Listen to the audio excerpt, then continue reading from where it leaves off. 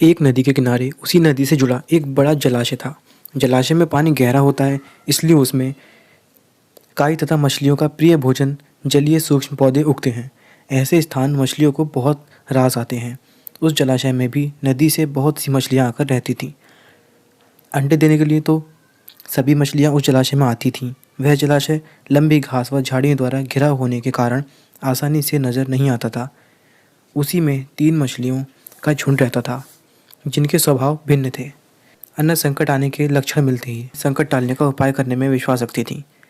पृथ्वी कहती थी कि संकट आने पर ही उससे बचने का यत्न करो।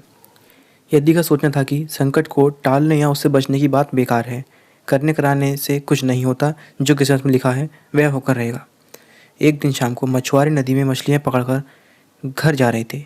बहुत कम मछलियाँ उनके जालों में फंसी थीं, अतः उनके चेहरे पर उदासी थी। तभी उन्हें झाड़ियों के ऊपर मछलीखोर पक्षियों का झुंड जाता दिखाई दिया। सबकी चोंच में मछलियाँ दबी थीं। वे चौंके। एक ने अनुमान लगाया, दोस्तों लगता है झाड़ियों के पीछे नदी से जुड़ा जलाशय है, जहाँ इतनी सारी मछलियाँ पल रही हैं। मछुआरे पुलकित होकर झाड़ियों में से होकर जलाशय के तट पर आ निकले और ललचाई नज़र से मछलियों को देखने लगे। एक मछुआरा बोला, आहा, इस जलाशय में तो मछलियाँ भरी पड़ी हैं। आज तक हमें इसका पता ही नहीं लगा। यहाँ हमें ढेर सारी मछलियाँ मिलेंगी। दूसरा बोला। तीसरे ने कहा, आज तो शाम घिरने वाली है, कल सुबह ही आकर यहाँ जाल डालेंगे। इस प्रकार मछुआरे दूसरे दिन का कार्यक्रम तय करके चले गए। तीनों मछलियों ने मछुआरे की बात सुन ली थी। अन्ना मछली ने कहा, साथियों, तुमने मछुआरे की बात सुन ली। अब हमारा यहाँ रहना खतरे से खाली नहीं है। खतरे की सूचना हमें मिल गई है। समय रहते अपनी जान बचाने का उपाय करना चाहिए। मैं तो अभी ही इस जलाशय को छोड़कर नहर के रास्ते नदी में जा रही हूँ। उसके बाद मछुआरे सुबह आए, जाल फेंके मेरी बला से। तब तक मैं तो बहुत दूर अटखेलियाँ कर रही होंगी। पृथ्वी मछली बोली, तुम्हें जाना है तो जाओ, मैं तो नहीं जा रही।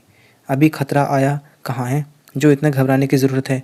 हो सकता है संकट आए ही ना। उन मछुआरों का यहाँ आने का कार्यक्रम रद्द हो सकता है।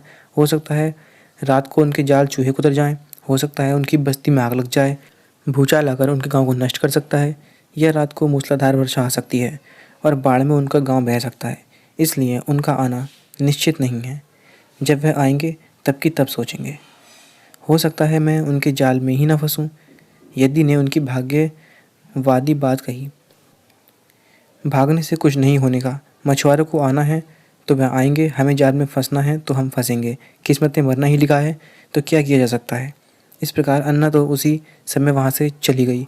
पृथ्वी और यदि जलाशय में ही रहीं और भोर हुई तो मछुआरे अपने जाल को लेकर आए और लगे जलाशय में जाल फेंकने और मछलियाँ पकड़ने। पृथ्वी ने संकट को आए देखा तो लगी जान बचाने के उपाय सोचने। उसका दिमाग तेज़ी से काम करने लगा। आसपास छिपने के लिए कोई खोखली जगह भी नहीं थी। तभी उसे याद आया कि उस जलाशय में काफ़ी दिनों से एक मरे हुए ऊदबिलाव की लाश तैरती रही है। वह उसके बचाव के काम आ सकती है। जल्दी ही उसे वह लाश मिल गई। लाश सड़ने लगी थी। पृथ्वी लाश के पेट में घुस गई और सड़ती लाश की सड़ान अपने ऊपर लपेटकर बाहर निकली। कुछ ही देर में मछुआरे के जाल में पृथ्वी फंस गई। मछुआरे ने अपना जाल खींचा और मछलियों को किनारे पर जाल से उलट दिया। बाकी मछलियाँ तो तड़पने लगी, परंतु पृथ्वी दम साध कर मरी हुई मछली की तरह पड़ी रही। मछुआरे को सड़ान का भपका लगा तो मछलियों को देखने लगा। उसने निश्चल पड़ी पृथ्वी को उठाया और सूंघा। आख, यह तो कई दिनों की सड़ी मरी मछली है जो सड़ चुकी है। ऐसे बड़बड़ाकर बुरा सा मुँह बनाकर उस मछुआरे ने पृथ्वी को जलाशय में फेंक दिया। पृथ्वी अपनी बुद्धि का प्रयोग कर संकट से बच निकलने में सफल हो गई। पानी में गिरते ही उसने गोता लगाया और सुरक्षित गहराई में पहुंचकर जान की खैर मनाई। यदि भी दूसरे मछुआरे के जाल में फंस गई थी और एक टोकरी में डाल दी गई थी। भाग्य के भरोसे बैठी रहने वाली यदि ने उसी टोकरी में अन्य मछलियों की तरह तड़प तड़प कर प्राण त्याग दिए। सीख, भाग्य भी उन्हीं का साथ देता है जो कर्म में विश्वास रखते हैं और कर्म को प्रधान मानते हैं। भाग्य के भरोसे हाथ पर हाथ रखकर बैठे रहने वाले का विनाश निश्चित है।